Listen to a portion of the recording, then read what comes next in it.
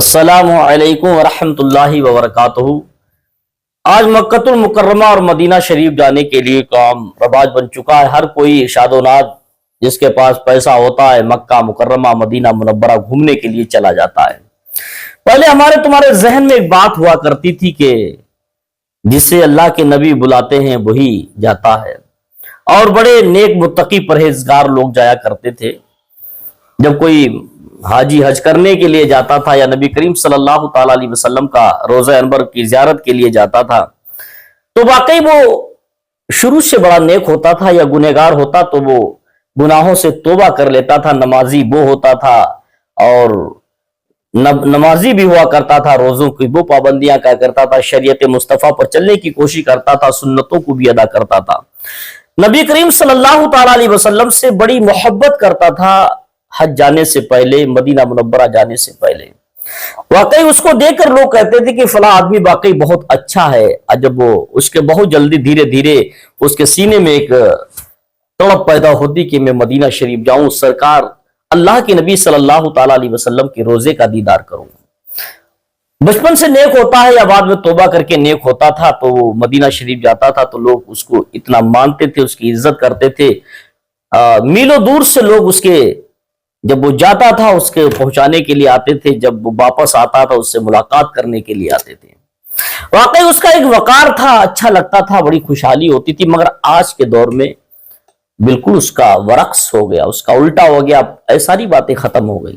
آج تو وہ لوگ مدینہ شریف جاتے ہیں جو دن رات چوری کرتے ہیں، جس کا مال حرام کھانے کے لیے وہ تو کیا اس کی اولادیں ہر دم لگی رہتی ہیں، پورا کا پورا پریوار کنبہ کا کنبہ گندا، مگر صاحب مکۃ المکرمہ ہر سال جانا ہو رہا ہے، حرام کمائی جوا کھیل کھیل کے مدینہ شریف جا رہے ہیں، سوشل میڈیا پر گندی گندی ریلیں بنا کر ڈال کر پیسہ کما کر خانہ کعبہ کا طواف کر رہے ہیں۔ صاحب یہ سب کیا ہے؟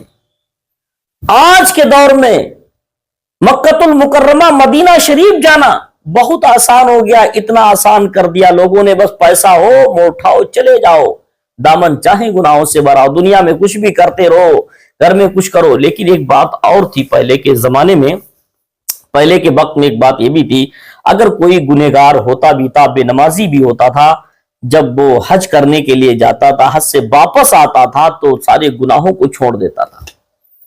اعلیٰ حضرت سرکار نے حج قبول ہونے کی دلیل بھی یہی لکھی ہے کہ حج قبول ہونے کی دلیل بھی یہی لکھی اعلیٰ حضرت نے بتائی ہے، اگر کوئی مدینہ شریف یا مکہ شریف جاتا ہے تو گنہگار ہوتا ہے، جب تک حج کرنے حاجی نہیں گیا تب تک وہ گنہگار گناہ میں ملوث تھا، مگر جب حج کر کے واپس آیا تو اس نے گناہوں کو ترک کر دیا، بے نمازی تھا نمازی بن گیا، جواری تھا نیک بن گیا، سنتوں پر نہیں چلتا تھا، مدینہ سے جب دیکھ کر نبی کے روزے کو آیا تو نبی کی سنتوں پر اب چلنے والا بن گیا۔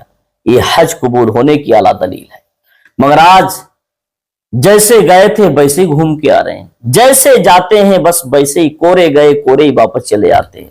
اس کی وجہ کیا؟ آج ہمارا تمہارا دل خانہ کعبہ کے پاس جب لوگ پہنچتے ہیں تو ان کے دل میں کعبہ کی محبت نہیں بلکہ موبائل کی محبت ہوتی ہے۔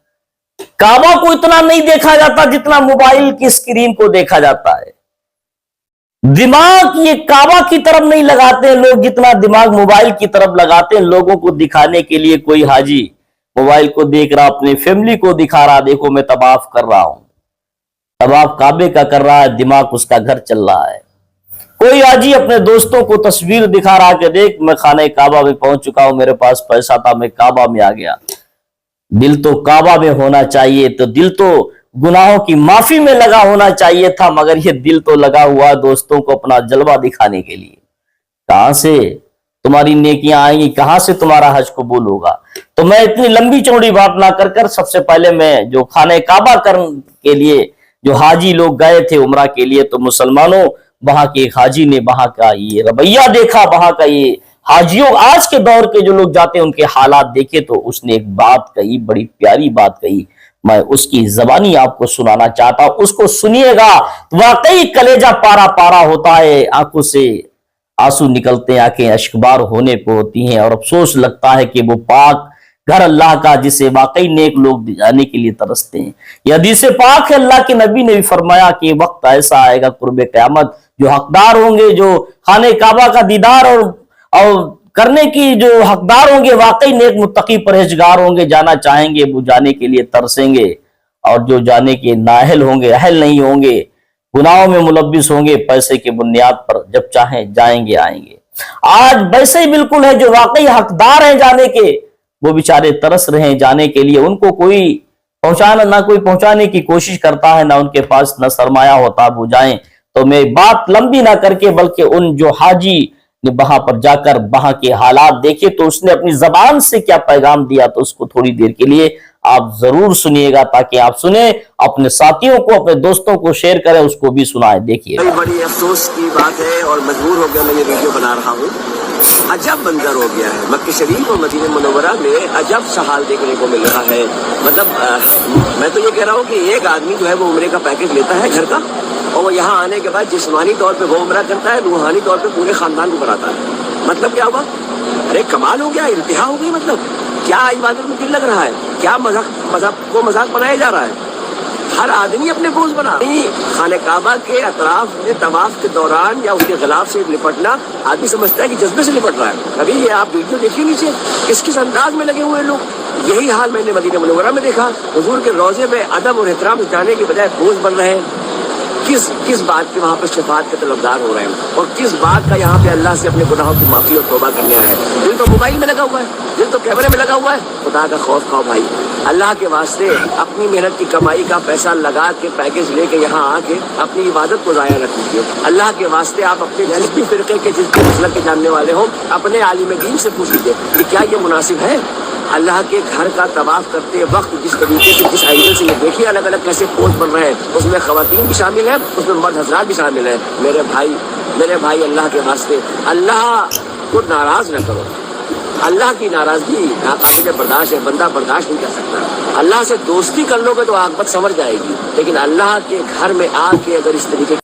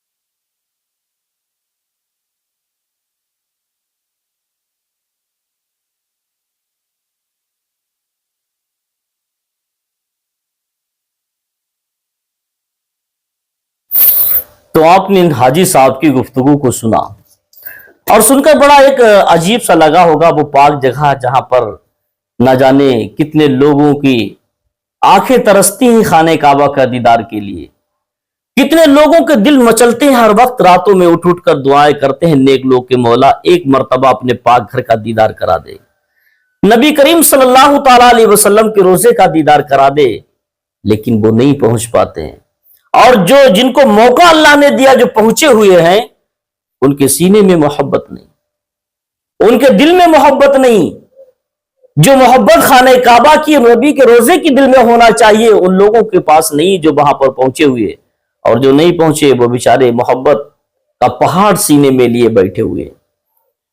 اور جو حاجی لوگ وہاں پہنچتے ہیں، اکثر لوگ، آج کا دور اتنا پرفتن دور، اتنا خطرناک دور ہو گیا، اس گھر تو وہ گھر ایسا پاک گھر ہے، وہاں انسان پہنچتے ہی اپنے گھر کا ٹینشن، دنیا کی ساری باتیں سب بھول جاتا تھا، کوئی خیال نہیں ہوتا۔ اللہ کے پاک گھر دیکھنے کے بعد، خانہ کعبہ پر نظر پڑنے کے بعد سارے کام ختم،